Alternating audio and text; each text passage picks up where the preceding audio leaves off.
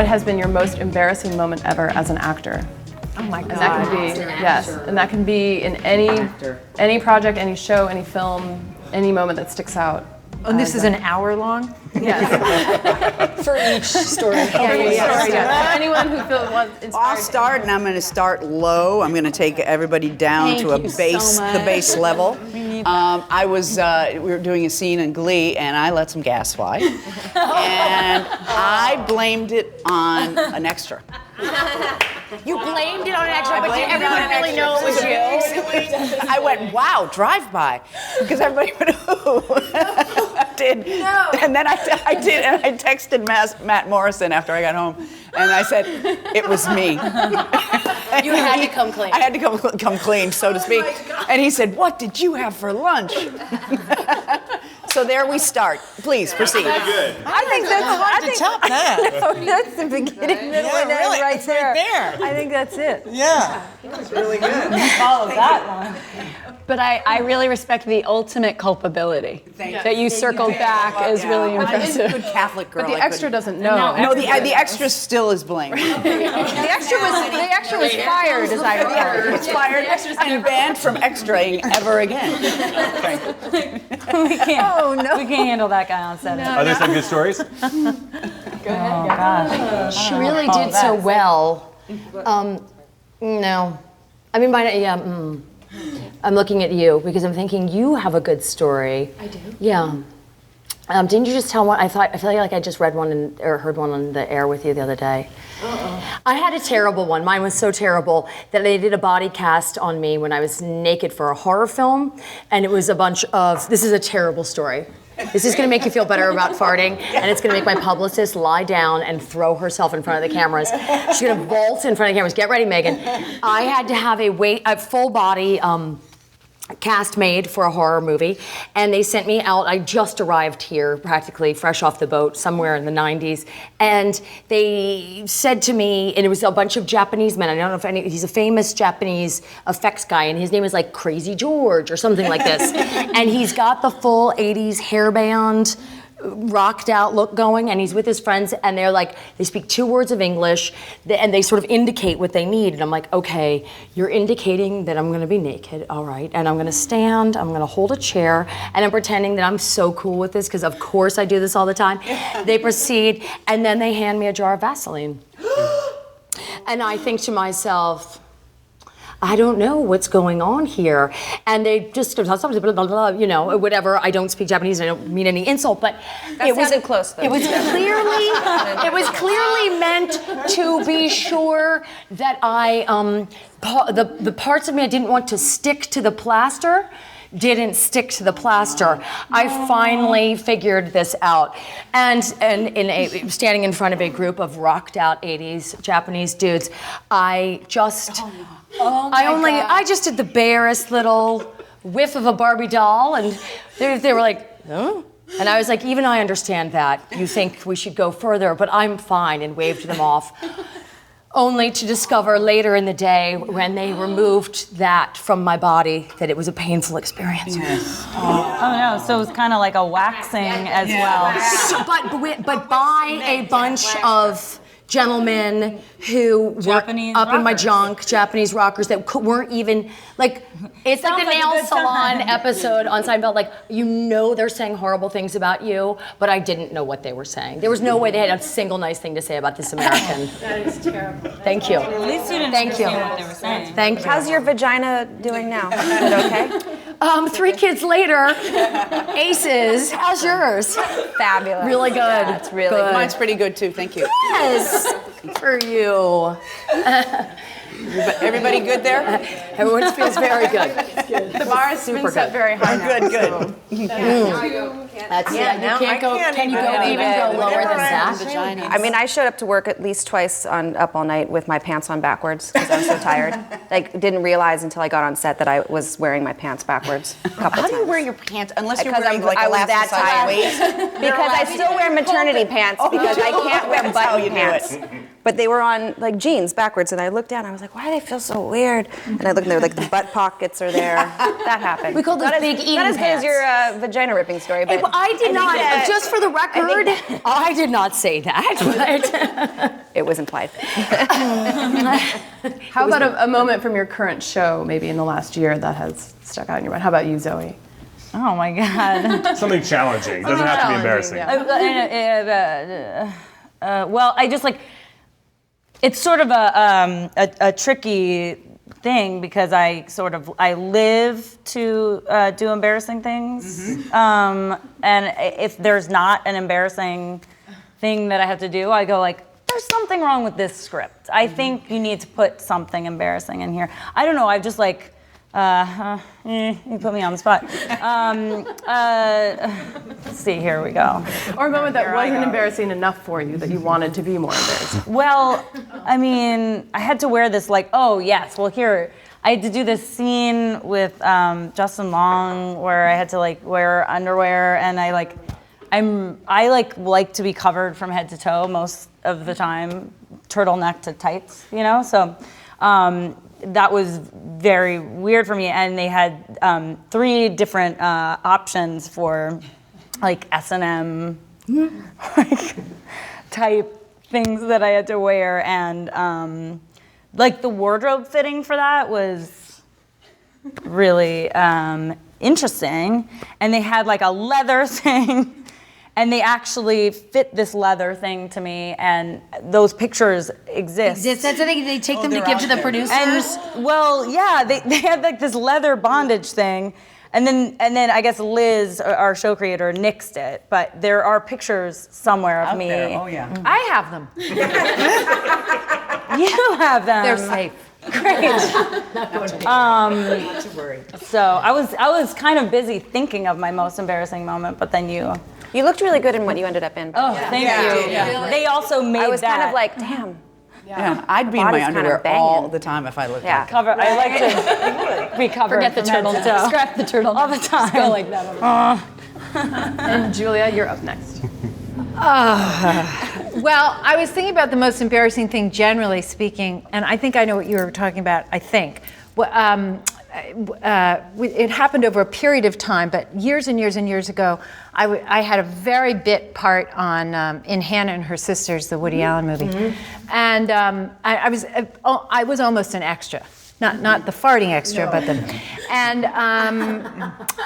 and it was in this scene where I was incredibly nervous and excited. It was this in the 80s, and it was Woody Allen, and I was overcome with emotion to even be in a scene with him. And in this scene, he was producing a show. The idea was he's producing this show, and he thinks he has a brain tumor, and he thinks he hears this ringing. And so I was supposed to, he was supposed to say, he was supposed to say, wait, stop, did anybody hear that ringing? And so, and I'm just in the scene, sort of being his assistant or something. And so we start to shoot. Just talking about it makes me anxious. And so we began, roll camera, and he starts to say his lines, and he goes, and as he says the lines, I'm supposed to sort of cross frame. And so he goes, wait a minute, stop. And I went, what? And he goes, oh, no, that's the line. And so I said, oh my God, I'm so sorry. Of course, that's the line. I'm so sorry. Okay, so we go back to one, and so we did it again. So he said, roll camera, blah, blah, blah, and he goes, scene goes on, blah, blah, and he goes, okay, well, wait a minute, stop. And I went, Because that's what people do. That's right. When someone says, wait a minute, stop. and he's the director, in my defense. Well, that's confusing. It's very He confusing. confused See how you. nice everybody's being? It was devastating. I would have been like, change the line, Woody. No. Change it. Oh God! And so then he made some joke about me at my expense to the crew, like, I hope she get it. And he was right to do it. I mean, not really right, but it was understandable how he might, because it was sort of horrid. So then many years later, I got this call from Juliet Taylor, who's his casting director, who's saying, Woody's making a new movie and he would love for you to do it. And I'm like, I can't believe it. He forgot about that horrible thing. He didn't, put it in. And this is really, it's like 20 years later. And it's this movie called, anyway, so they send me the pages. And I have, because you don't get the whole script, but there was like about 20 pages, and I was so excited. And I was with my husband. He goes, "Oh my God, that's so exciting! You're going to do it?" And he go, "Yeah." Or I hadn't even read it, and I go, "Yeah, of course I'm going to do it." Unless he's got me blowing him or something. Of course I'm going to do it. So I read the pages, and it's deconstructing Harry, and there's a blowjob scene. So I think he might have remembered that first. Screw up of mine, but that is my horribly embarrassing story, which I told very badly. I've said it better before. I wish I could. But anyway, that's my very embarrassing Did you ever ask him or see him at an event or anything like that? No. He doesn't go to events. Yeah, he doesn't go out. He doesn't go to events. Right. And You didn't do it, right? You didn't do it. She did. You did. She did deconstructing hair. I did not see it. I did. It's not. And it's not How like was your pornographic. experience then? Did you? She said, "This time I'm gonna blow it." And I blew it. There you go. Thank you very much. Cheers. Very good. Martha, who do you think, who's someone who's been influential in you developing your sort of comedic acting style? Oh my God, do I have one? I wasn't aware. Anyone who's been influential in sort of your career? Well, there are people that I like to watch. I love watching. Sure. Many of them are sitting here at this wonderful round table. Many, but not all of them. In fact, 4 of them. Right here. The ones who aren't here, that's what I meant. You know what I'm saying? Maybe my grammar was off.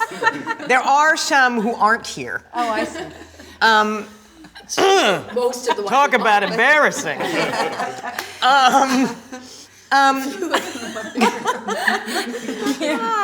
We're all guessing. Yeah. No. Well, this one over here, of course. This one over here. What am I, 80? I'm like an 80-year-old woman. You spend a lot of time with Cloris. Something. Oh, man. No, lots of people. I mean, when I was a kid growing up, Gilda Radner was everything. She was everything to me. And, her live concert that she did was, huge for me. I still watch it. I still go on YouTube and watch it. Madeline Kahn was huge for me. I was going to whisper that too. Yeah, and all the women in all those Mel Brooks movies were huge Terry Garr fan. Terry Garr in Tootsie is phenomenal. It's phenomenal.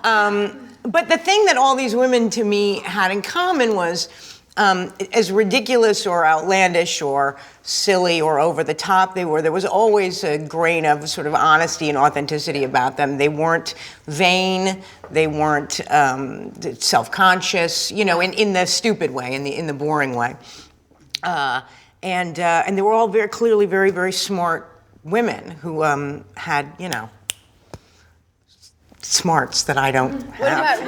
What about Cloris Leachman? He was my boyfriend. He was my boyfriend. Cloris is, of course, huge, and now I get to work with her, which is phenomenal. Lucky you. Yeah, it's great. She's She's out of her mind. I'm completely and totally out of her I see mind. her waiting outside of a park sometimes in a car filled with dogs, and she's reading. And I wonder, could you answer that mystery for me? Well, she's not allowed to drive, so I'm wondering how she got there in that car. That's where she does her reading because in the car. she's had her license. She's such a lunatic driver that she's had her license taken from her by the state. Officially. She's not driving when I see her. She is sitting Are in we a sure car. it's her? Oh, very sure. Filled Really? with dogs reading. Is she in the passenger seat? No. Well, Maybe that's a how good she question. That's makes a good herself question. feel like she's That's a driving. good question. I can't recall because I didn't want to go. Just where my kids play, just to park in the valley. And she's in the car. in the car reading. That tells you everything you need to know. Okay. I love her. Absolutely. Is the car running or is it? And there's a tube going from the back in. Is that strange at all? No. No, she's just reading. She's just hanging out reading. With dogs? A lot of them. How many? Like 6. Small ones? Varying sizes. Does she still have her little white dog?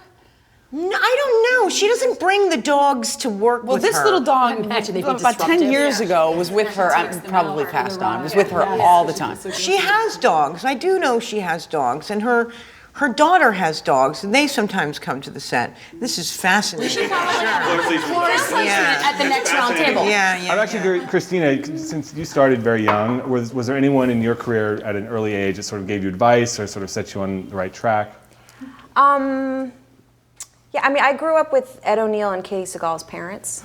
So anything that I've done good or done poorly, you can blame pretty much on the two of them. Because before that, I really didn't know what I was doing. You know, I considered myself really dramatic. You know, I was one of those like 15-year-old, like angst-ridden 15-year-olds. So doing a comedy was something that was really new for me.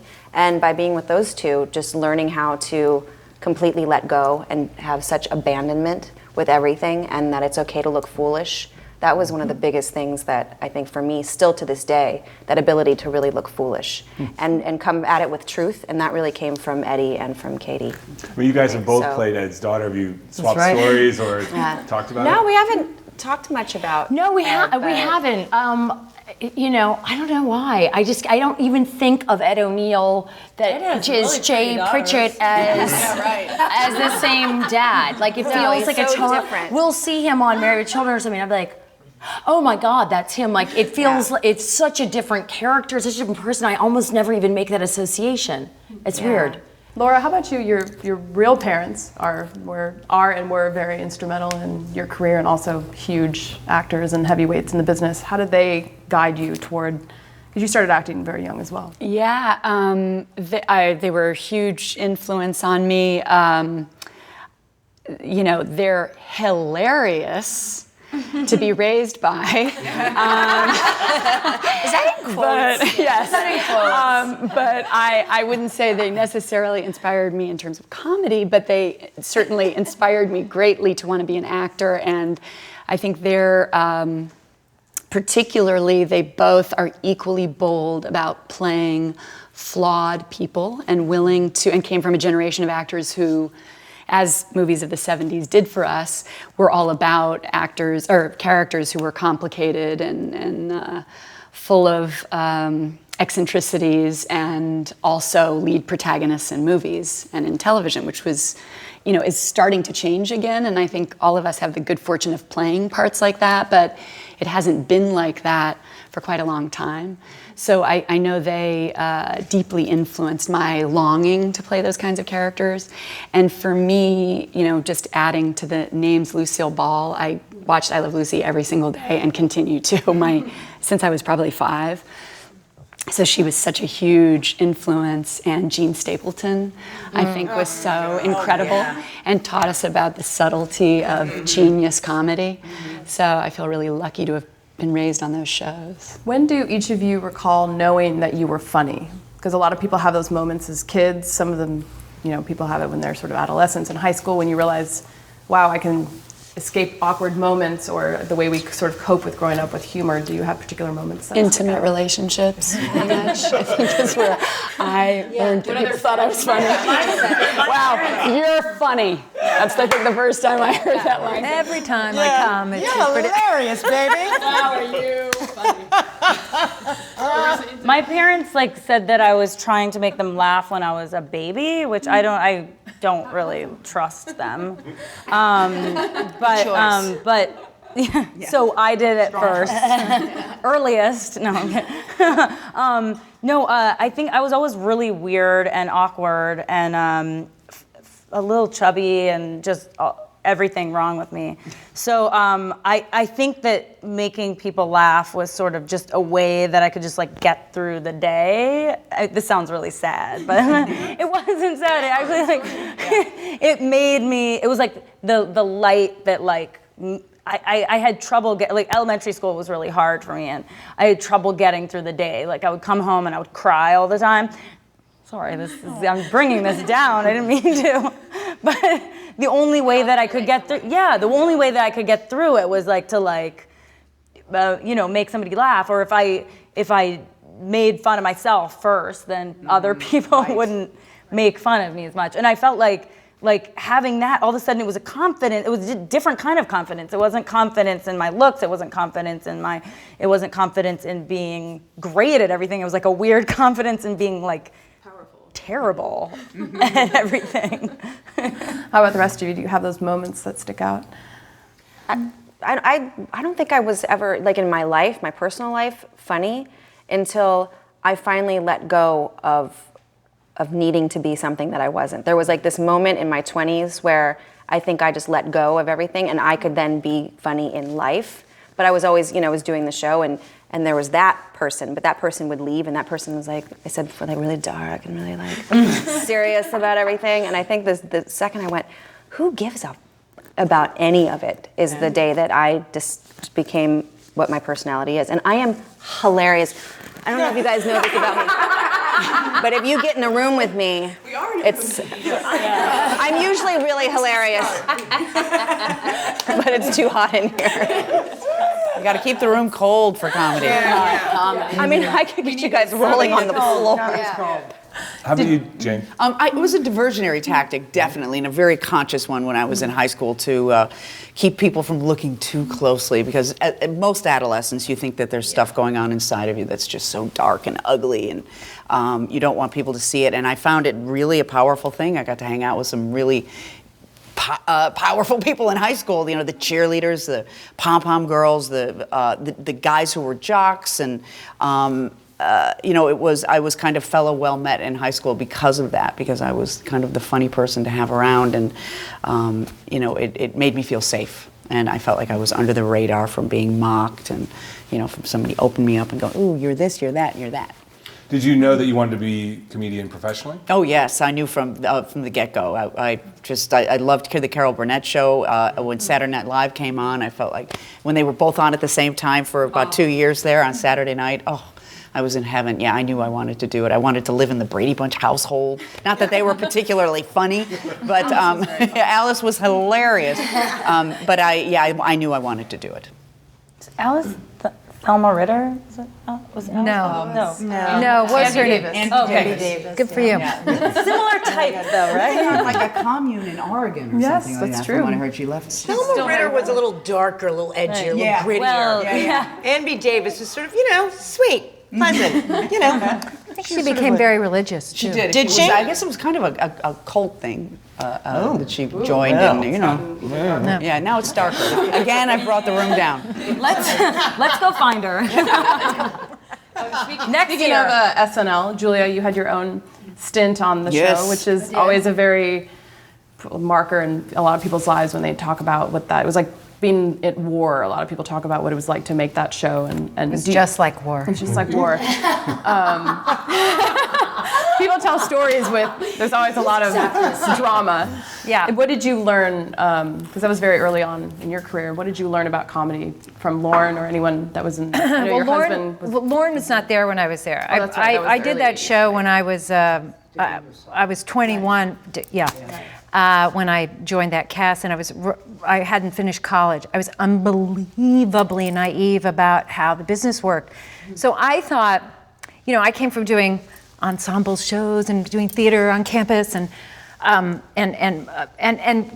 theater in Chicago, which was very, ensemble-y, and we work as a team and we do the best possible thing we can together and support each other. And I brought that to the show, and that had no place there. And I didn't go armed with characters or, I'm telling you, I was green. I couldn't have been greener.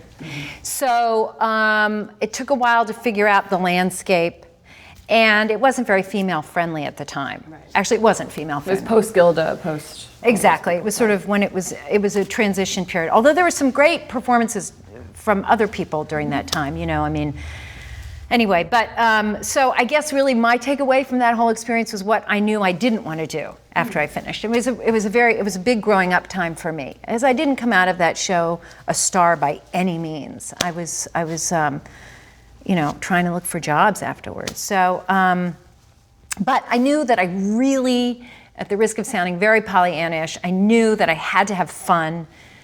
whatever my next job was going to be, because then it would translate into my work. And I really wasn't having fun when I was there. I mean, of course, there are moments of fun, but overall, I would say it was, and it was hard to kind of figure out how to stay alive in that place for me.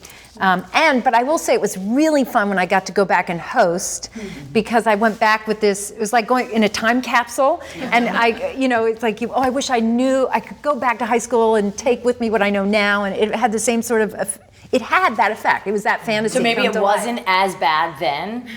Like when you went back and looked at it, did you feel like it wasn't as bad? No, well, it was different because, first of all, I knew so much more going back to it. It was much more female friendly. I mean, Tina and Amy and Kristen, all those people were there. It was run better. It was more, it really was. It was different producers. Lauren was back. And I knew what I was doing. So all of that it was great. So there's nothing funny about what I just said, but that's the reality. Zoe, you hosted recently. What was that experience like? That must have been overwhelming. So fun. You were so good. Thank you. You were one of my favorites of the season. It was so good. Thanks, guys. It was really, really fun. It was kind of like a dream. I always wanted to have a variety show. I love to sing and dance, so it was very exciting for me. But it's so tiring.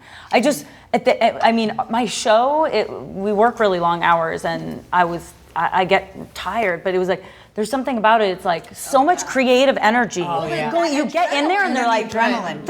There are all these weird traditions that they're like, you just go in here and you go in this office, and everybody comes in. They all have tiny little pieces of paper, and then they pitch you the ideas, and you're like, great, and everybody pitches you ideas, and then they do a day of writing, and then there are none of the ideas that they pitch you, and then the next day you do a table read with 50 sketches, and they're like, you have to learn 10 songs or whatever.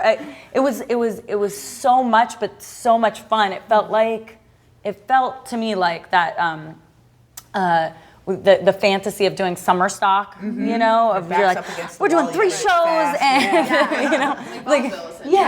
And isn't it amazing when the show's over and it's like, wow, that was an hour and a half? You're kidding. And it feels went by like that. so fast, and they pull you off stage and put wigs on you, and You just stand there and they take your clothes off. they just rip. Yeah, right. We will move you, and you have this team of people who like move you along, changing your hair, changing your outfit, and putting you exactly where you need to be. And the cue card's over there, and the lights come up, and you're on. The cue card that was the thing that was the most challenging. Was the cue cards. They're like, you don't have to memorize lines, but you have to like be familiar. Be familiar and be like, act like you're not looking at them, that is a skill that I didn't even think about. It's very old-fashioned. Yeah, and they want you to use the cue cards too, because they change the lines, in between the rehearsal and the show. So they don't want you memorizing it. They tell you to do the cue cards. Don't bother. And I remember at one point I was like, did a scene with Jason Sudeikis and Kristen Wiig, and they were like, don't look at us, look at the cue cards. And I was like, okay, it feels so weird, like if I'm talking to you, but I'm looking over here, because it's all... When you can tell some people who aren't as adept, it's very obvious that they're looking at the cue cards, which is very difficult. You just have to remember everything that everyone tells you. It's a lot. But Julie, you mentioned Tina Fey, and I actually just was reading her book last weekend, and she was talking a lot about her early days at SNL and some of the males that had been there for a long time and sort of going up against that. And that reminded me of what happened this year. There was some comments by the 2.5 Men showrunner that Martha, you had responded to, where he said, ladies, we get it, no more vaginas on TV, something like that. And why? What did you think when you saw that? Wait, can you tell me? He said, I get it, ladies. You have vaginas enough on TV. He said we've reached the point of labial saturation on television. Like enough period jokes, I think is exactly what he said, yes. And you had responded to that, and I thought that was interesting. What was your response? Tell us. I don't remember. Come on, Mark. No. I just, I. What do we need? More dick and balls then? Yeah. There were a bunch of us. A bunch of us responded. We all said something. Yeah, a lot of people did. A lot of people said something. It wasn't just me. Well, he's no longer the showrunner of 2.5 Men. He's not? No, he stepped Oh, down. so it wasn't Chuck Lorre. It was No, it was Lee Aronson. Aronson. But he Okay. stepped down for unrelated reasons, but he's not. He stepped down after Martha gave him. No. There were a lot of us, Sarah Thayer and Liz Winstead, and a lot of much funnier women than I, sort of nailed him in a way that was charming and funny and hilarious and also totally emasculating, which I enjoyed tremendously.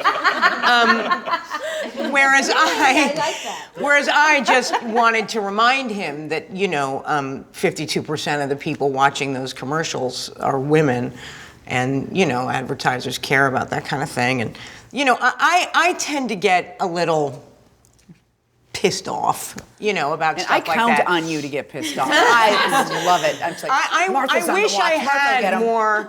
I mean, the truth is, I do come from sort of a dramatic acting background more so than comedy. I'm not trained in comedy. I'm not I'm terrible at improv, like truly the worst. It's like, oh, I'm so bad at it. And I wish I was good at it. I really, really do. I think it's a phenomenal skill, and I wish I had that ability. But the truth is, it's not really my background. So mostly my background just comes from powerful rage and hostility towards the world. No. But so that's it's just so fun. I'm a lot of fun, though. I really am. A lot of fun to be around. that in this pink dress. Yeah. I'm a lot of fun to be. I'm a fun-time gal. But why do you think there was such reaction to that? Why wouldn't there be? Labial saturation right there. I could write, that could be the opening It's of a like book. kicking somebody while you're down, in the sense that we're just getting the point where people aren't female comedy, where it's there are a lot of shows with strong female characters, and that's so exciting, and to have somebody who's that we've had hundreds and hundreds of years of men dominating entertainment. I mean, I'm going way back. Hundreds of years of television. Well, Shakespeare. You go back to Jesus on Yeah. TV. It was I'm not going back to offensive. Jesus. Right. Jesus was awful on his show. Never had her own She's show. serious. Jesus Christ had his own show. Always ending with the Great drama, sitcom. that one. We can edit this. guys. We can edit this, right, you guys?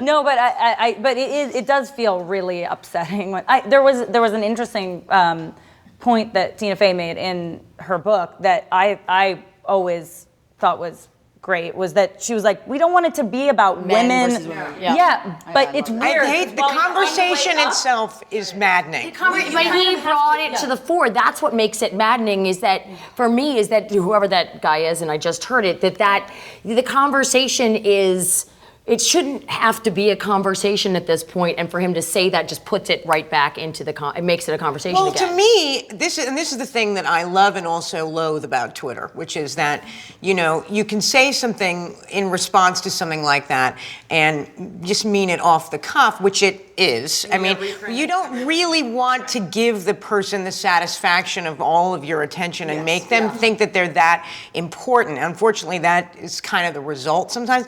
I don't particularly, nothing he says really is going to have any effect on me or really change my life at all. And I think the response to it, the creation of sort of phony, what's the word? Controversy? Do you know what I mean? Yeah. There is no controversy to me about this. The women are talented, smart, half the population. Some women are not talented and very stupid. We're running the gamut. We drive well, we drive poorly. We do all kinds of. We're great cooks. We're terrible cooks.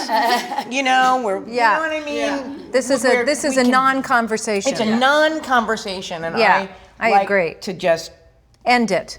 Yeah. Next topic. Next question. I have a question for Laura.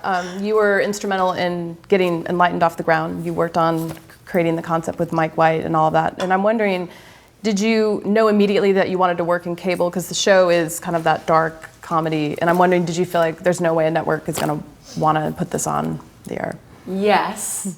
That's all you have to say. Yes.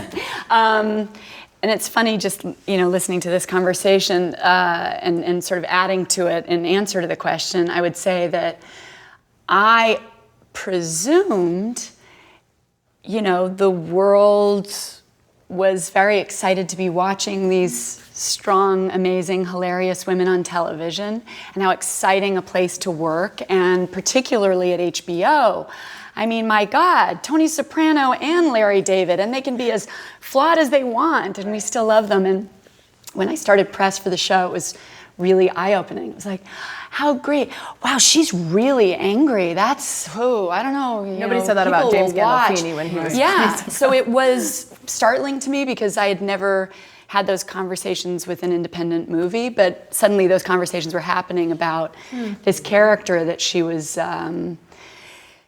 difficult to be on board with at the beginning. And, because my show's hilarious. And in the first 30 minutes, I've had a breakdown, there's addiction, I'm in rehab. I mean, When you did press, had you shot your full season? We had, yeah. See, that's the cool thing about being on cable, because when we were doing press for our show and everyone starts asking, we'd only shot the pilot. So I'm like, yes, my character is this and this and this. And I don't actually know yet, really. I think this is actually touching on something really, because even though the other conversation is to me a non-conversation, what is an actual conversation is, and I will tell us what the conversation is, by the way. Yes. Thank you.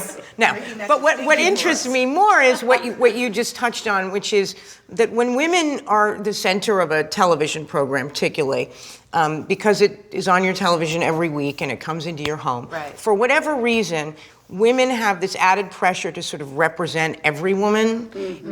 No matter what character they're playing, they have to, it seems like the audience or the critics or whoever, the culture, really needs those characters to be as likable and accessible and like them as possible, very narrow. Put into a categoriable. Yeah, and it has to be the character, Right. and there's nothing wrong with having likable characters on television. I mean, for goodness sakes, they're in your home, you're watching them every week, and you want to identify with them, you want to like them, there's nothing wrong with that. But there's an odd way in which we sort of get mad at women who don't do it exactly that the way. word likable versus unlikable. Is flawed unlikable? I don't think so. Flawed, but flawed is different than angry. Angry, and my therapist and I talk about this all the time. She's like, no one thinks, and this is a blanket statement that I don't necessarily agree with, but she said, angry isn't funny.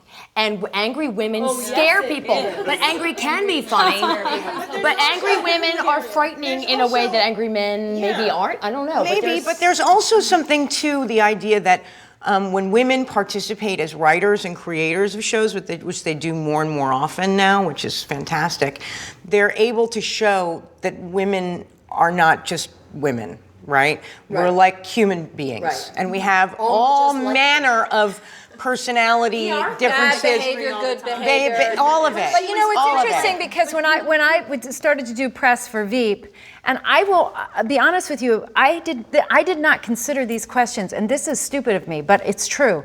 People started talking to me about, a female vice president. So what are you saying about women in politics? I don't know. I'm just trying to make a funny as shit show. And that was, I went into it with that was my agenda. And so then all of a sudden, all of this stuff is sort of It's put on you. And I'm not, I wonder if that's wrong or right. I'm not sure. I'm still sort of wrestling with It's it. inevitable because it's an entertainment and, it's larger than life and it's inevitable. But that doesn't mean we don't have to make note of it when it's happening and say, hey, dudes, or whatever. Yeah, but my whoever agenda you is are. not to make a point about. But my agenda is to entertain and to make it as funny as possible. That's my goal, and I'm not running. I am not running for office, but I am being asked questions as if I were running. Well, it's an election year too, though. I mean, I think people are loving to stir the pot. Also, in like whatever it's way. like anything. I feel like there's always an angle, and there's always people come in with this idea that I'm like some kind of like girly, like very, very girly, and that somehow taking people back or something like, you're taking feminism back because you like to wear dresses. Like, well, sorry, that's a ridiculous thing to think, because why is wearing a dress, why is acting feminine or dressing feminine, why does that have anything to do with anything? It's just my taste. I think to do something well as a woman is good for women. It's good for women. Period. Yeah, period. So just do it well. Do your best. That's right. And not to add complication, but I just would love to share it because it was so startling to me. What anyone else's presumption was when we started doing press, what people would ask about the character, especially her anger and this and that. I met with a number of male journalists from 30 to 65 from various papers who would say, oh my God, I'm so Amy. Whether it was because of the administration or because of frustrations and, oh God, I watched the news last night, I feel so like Amy, I so relate to this character. The majority of the times that I had the difficult conversation where it was like, why is she so angry? Do you think people are going to like her? It was with female journalists. Yes. And that was so interesting to me. That's true. The guys weren't like, ooh, off-putting. But I do think there's a cultural fear that if we're going to put ourselves out there, make sure we project adorable, careful, adorable, with a little dose of... No, but they don't even like adorable. I can tell you that. She's getting it back. They don't even like adorable. They're mad at adorable. They're mad at angry. But from a journalist point of view, and I'm not, and I'll pretend you guys aren't here, but what question do you wish they would ask you? Because I am like, if someone else asks me what makes a family modern, I'm gonna punch them. But at the same time, I'm like, what is the question that I think they're gonna ask me about a comedy on TV? Like, I just like it when they make me feel like I want to speak with them. but what is but if they're Like, I want to like their personality most. And we're having so much fun with you guys. Right. The codependent of the group. Well, you guys are amazing. They're feeding a beast. They have to feed a beast, and that's why on the red carpet we get those ridiculous. But sometimes people will make you want to talk. They'll come in and you'll be like, I just feel like talking, and it's exciting because that's a really good journalist because they're thoughtful and they're asking you questions that make you want to talk. And there's a real curiosity. You down. There's no pressure, you two. There's no pressure to I get so tired. It's like, you're a mom in real life, you're a mom on TV. Is that exactly the same or is it different? And I think to myself, what do you ask, though, if I was standing there, what do you ask somebody that's like, other than, what do you wish you were doing other than this? You know what I mean? What jobs would you like to do? It's nerve-wracking. Have you ever interviewed anybody? Has anybody done Interview Magazine or anything? It is. I was like, I got this, and But don't you guys think the problems are born out of the sheer volume of information that is required to keep people interested? I mean, I'm sure when Christina... But what's so interesting about asking me, are you up all night? Nothing. God bless those people that have asked me that. But really, am I up all night? But you got to break through the clutter, particularly now. But I mean, even we are exhausted asking, having to fill pages, having to fill space online, having to fill the Twitterverse. It's just nonsense. Well, you want to bite. This beast wants bites. It wants little bites. It really doesn't want the in-depth, and that's why we get so excited when someone walks in and we're like, oh my God, that's a great question. And they know the show, they know your work. Right, and they ask you like an informed, kind of educated, wise question. And sometimes it makes you discover things about yourself. I'd never thought of that. Yeah. And I have to say, I feel like we're all very blessed right now because we live in the age, as actors, we do live in the age of reality television, which has opened up so much opportunity for us as actors. I can't believe I'm saying this, but I'm not kidding. To be a mom on television right now, as flawed and human and hysterical as you both are, is partly because America is used to seeing really fractured people and they love it. Suddenly we're of a generation of like, Intervention, Obsessed, even Amazing Race and Survivor. Like, they're watching every week real people who are messed up. Right. And I feel like it is opening the door for like, on television every, Monday night on whatever network, there's some crazy fucks out there. And so like, we'll watch any character we want now because television hasn't told us that everybody's supposed to be adorable Yeah. or lovely or together. Yeah. So I do think it's kind of, Well, it's also too why people get so connected and think that you are your character, because we are reality TV figures and characters are real people. So No, we're they're so not. used to watching No, they're them. not. There's nothing real about those people. There's nothing real about what's going except on. the Kardashians. No. Right. No, But they're not. I but they refuse to believe expect that. the same No. realism from you, but you are actually not that person. well, it just means, I mean, in terms of also that people are watching insanity. Yeah. So then they can't They don't really say- point they- to yeah, they us don't and say go, it's no, not no, too no, we much. need something more careful here. So I think, hopefully, or maybe that's why people have been more, ready to put all of our shows on the air, because we have a lot of freedom that I never saw 10, 15 years ago on TV. I had a question for Christina. When I was on the set a few weeks ago, we talked about your baby, and you had a run-in with a paparazzi guy, and you were very incensed. And I was wondering how. Had you been I up get all hot. night? I get hot when I think about it. And I know, and you seem very, and I felt a lot of empathy for you, and I'm wondering how the rest of you and your personal lives are able to cope with the fame element, whether or not you have kids, and how it affects your family, and how have you. Well, I've been doing this. We've all been doing this a long time. We're all subject to this idea that the public has access to us, and they're allowed to have access to it. But we deal with it on our own. When you're dealing with my kid. Look at me, I'm sweating right now. what did he I'm do? sweating right now. What I'm did like they do shaking. that made I you don't want crazy? them pointing their energy at her, period. Like that So you don't want them freaks taking me- pictures of her? Freaks me out, my whole system. Like I'm literally. So do you I'm ask them dripping not sweat to, right and now. they don't? Yeah. And they And don't. it got to the point once where it became like a big fight. Like it was bad. And I just think that children should be off limits. And when people say to me, well, they're part of your, no. She didn't ask to be a part of this. And I think that we need a law for that. Sorry. So look at me, like so sweaty. I get so mad because that's her innocence, that's her life, and I don't want her to ever be exposed to that horrible energy do that it it feels more like when people when they're have kids. sneaking around you and Much pushing more. you and stuff. Much more. I mean, they were shoving us. I had my child in my hands. you were It's at a like you party go or like, like a yeah, family it's like weekend. it's not okay with me. So How about you, Julia? You've always seemed to have such more pride. Like I've never seen a photo of your kids. And that's very impressive to me. I know they're teenagers now, but how? Guess they're just not that interesting. They're not that good looking, frankly. But to be so famous as you are, and obviously we know your husband, he's in the business, but it's impressive that you were able to, in whatever way you were, to shield them from, they were growing up, you had them during Seinfeld, it's sort of, it's amazing, really. Well, the culture of paparazzi really, I think, has taken off in a way the last, I would say, decade. I would say, in a massive way. Although I've had my share of problems in the past, which I won't go into, but that were scary. But I've just kept them out of it. I don't know. So it is a choice. You really can keep them out of it. If Well, it's it is. I've been able to.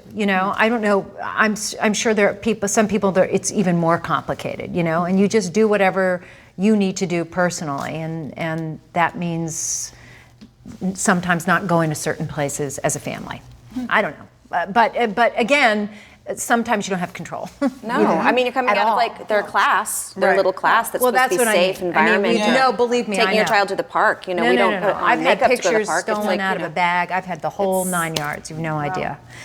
And There it was a is time scary. when I remember when my first son was born, and I thought, I don't want anyone to take his picture. And it was in my mind somehow that if the world knew what he looked like, somebody was gonna steal him, but really that's the person, it was that person out there that I was trying to avoid.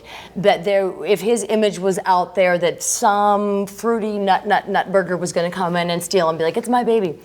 And in the age we live in and the time we live in now, I have never done this, but someone told me you can Google my son and find tons of pictures, and I'm not in them. And that's just the world we live in, and I can make myself crazy over that because it is wrong, and there's too much information. It's just too much all the time, and it never dies, and it's insane. It's almost the same thing as no information. Right, It's just so much you can't even sort through it. But at the same time, now I've got 3, and if I'm just trying to get down Ventura Boulevard to get my hair cut, and there's a bunch of paparazzi because they normally don't give a rat's ass about me, and they're hanging out for George Clooney because he lives around the corner. And Shane knows they're down, and they'll pop out, and I'm like, what? George isn't home? Does he have something else to do? But they'll just start making pictures, and I'm just like, as long as they don't interfere with what I'm doing. It's like, just keep it moving along. You've got to be bored, right? You can't actually sell this picture. And I think they're waiting for the picture to be saleable. Like, you lose your crap. Right. Or your kid to do something. I don't know what it is that they're waiting for. I know. But at a certain point, I'm like, It may be valuable at some point. Yes. Yes, it's not. If you I are had them follow me boring, around doing errands one Saturday. I was and you're like, it's got to be boring, right? I went to the most boring places, and I was like, and then I kept being like, guys, like, what? Are you waving like while you're driving? I got my aluminum foil. I got the aluminum foil. You go, now I have to go And get I'm like, that I did nail it. clipper. Cool, we good? We good? You're not gonna follow me home. And they're like, home. I don't have anything else to do. And yeah, I'm like, and then I end up at the grocery store. Yeah, you got the, pharmacy, grocery store, whatever appointments I had that day. And I think they'll never follow me again because I'm so. But then you see those photos of Zooey buys groceries in West Hollywood, and then it just encourages more. Yeah. But then who's buying that magazine? Right. That's the thing. Is also 15, 20 years ago.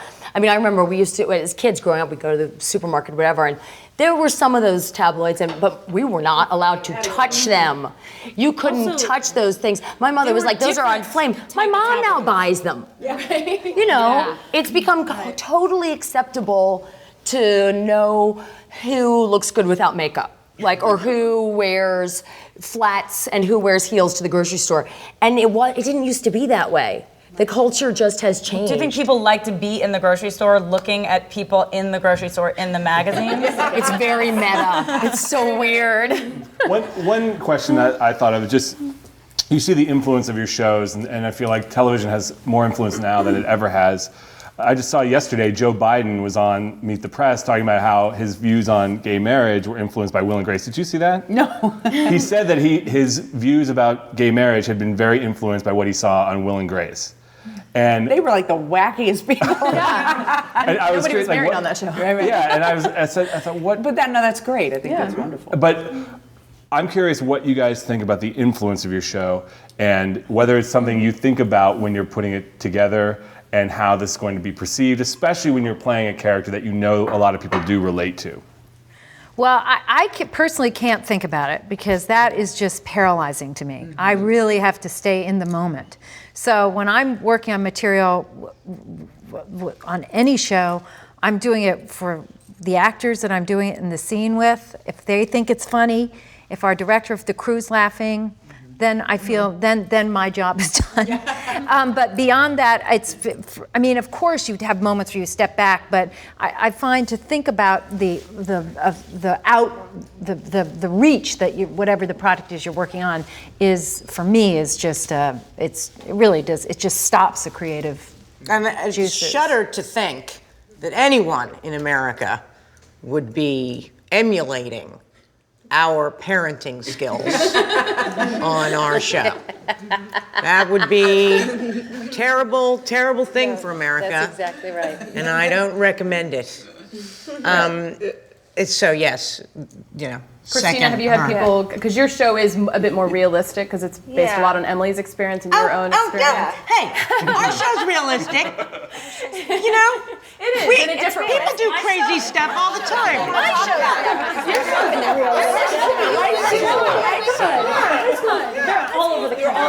Stop putting down our family. Closer to where I grew up than what Yes, we're doing on our show. I mean, just like Julia said, we just want to make a good, funny show. I mean, really, look at these people. We've got Maya, and she's singing something, and everyone's goofy. The only time I ever interject is if I feel like there's a moment that might be too much of child neglect. That's the only time. But we do, there's a lot of child neglect on our show. Not too much, but if it gets to where I feel ooh, yucky, I feel yucky with it, then that's the only time I kind of step in and go, guys, maybe she shouldn't be like playing with all of those electrical wires. I don't know, just anything like that I feel. That's our show. That's what we do on our that's show. We Save- cover save it that for Raising ground Hope, on but our show. Sometimes I'm like, yeah. I don't know. Are we doing that show? We can if we want to go there and We do should that have show. a joke exchange but- program for our show. This has gone too far. Raising Or if the, like, went too far. yeah. We went to Raising Hope. Or if the babies are tired, if the babies are really tired, that's when I do step in, like just to take care of them. But for the most part, I guess anything goes. I mean, half the time we're drunk or hungover on the Obviously, show. So. right. Sort of based on that, maybe fans coming up to you talking about how well you are or aren't doing on your show in terms of the character you're playing. What is the sort of oddest fan interaction you've had in the last couple years based on sort of your new projects? Or even in your whole Or even ever. husband, yeah. Strangest fan interaction. Oh, I Zoe, you must have some doozies from. I mean, I have a lot of like interesting interactions, and I play music too, so I'll like, just like people know you're in a place, so you definitely get like, I always think it's really sweet when I see girls come up to me dressed exactly like me with my same hair and everything, and I'm super flattered, but I think it's funny that happens. I'm going, oh my God, I'm looking into a mirror, but they're 16 or I'm not 16. I was on a plane just last week, and one of the flight attendants came up to me and she said, "Oh, I love your show. You look so different in real life." And that was it. And I didn't know if it was a compliment or if I just been blasted. So I said, "Yeah, right." Yeah. Okay. I had somebody tell me, she goes, you are so thin in real life. You look so big on TV. I get that. Oh my God. The most astounding thing. It's much younger in real life or something. I had no idea. I had a guy come up to me on the street like 3 days ago. I was hailing a cab, and he called out to me. And sometimes I don't respond right away because I don't really know Who's calling you? Yeah. Like sometimes I'm in, if you're in New York, you can get away with just kind of keeping going because you don't really know if somebody's going to say something rude or crazy or whatever. But anyway, he got me. And he said, "I just want you to know that I feel very strongly that you're a part of me, and that I feel you're in me, and I feel your presence in me, as well as your father and your grandfather, because they are both actors. Well, my father is, and my grandfather was before he died. He's no longer acting." But you never know. And I feel they're very much in my soul and in my spirit, and that they are part of my. It was very interesting. What do you say to that, though? Thank you. Taxi. Thank you. And then the taxi wouldn't stop, and then he kept going, and then finally the taxi came, and it was time to leave. But that was very interesting. It's interesting to me how people, and I actually like this a lot. It's interesting to me how people feel they know you. Mm-hmm. Yeah. They feel an affinity and a friendliness and even a familial relationship. Or they hate you too. Don't you feel like people are polarized, and then they get more and more polarized? Like people love you so much, or they hate you so come much. up to you on the street? Do you get that? Like People don't say they hate they me do on that the online. street. Yeah, online. That's why you have to put online without face to face. It's usually pretty pleasant, sometimes wackadoodle. But online, which is why I have a no online rule. I have all online. Really? You do? Oh, yeah. I can't I love handle it because it's like Henry 48, who lives in his mother's basement in Des Moines, thinks you're a stupid old slut. And I'm like, ah. You have to consider the source. He doesn't get to say it. Like you only choose who gets to say whatever they want to say. Sure, but I always feel like it's like that I have a few people whose opinions I value, and then And one of them is Henry in Des Moines, as I recall. Henry in Des Moines is one of them. But you read them. If you don't value, you still read everything about I don't yourself. read. No, I don't know. I'm not always like reading reviews. I'm just on Twitter, and I have a website. I have an online company, so I kind of have to. Yeah. But I do feel like, I mean, there's way too much negativity online, and it's a weird thing, and I think it will eventually change, to be honest, because it's. I do think it will. I do think Why it will. so? Because it's so crazy right now. It was like the final frontier. It was like this frontier that no one could see. And it's still in this like weird old west, like everyone's shooting each other. It's just with words. And I just feel like eventually there's gonna be some kind of, there's gonna be more regulations. I don't think so. Well, just you choose to visit the places with less negativity. I don't look at all. Virtual Virtual apocalypse. It's too lawless, and there's too many, as it should be. I mean, this is America, freedom of speech and all that, but it's amazing to me. I remember as a kid being in a planetarium, and the minute the lights went down, everyone was like whipping shoes at each other. We were 8 years old, and the lights came on, and Mr. Cosmos, maybe that wasn't really his name, but that's in my mind, that was his name. Mr. Cosmos says, character is who you are when the lights are off. And I was like, uh-oh. Like, I knew who I was when the lights were off. I was the first person to whip my shoe across the room. But that's what I feel like the internet is it's just like there's no accountability. And until there is, it's always going to be that way. I think so too. But not everywhere. It depends on where you go. It's like if you go somewhere where it's like the whole paparazzi thing. It's like you go certain places, there are paparazzi standing outside. It's the same thing. It's like you go to certain websites and people are flinging insults. And there are other places you can go where people don't do that. Where?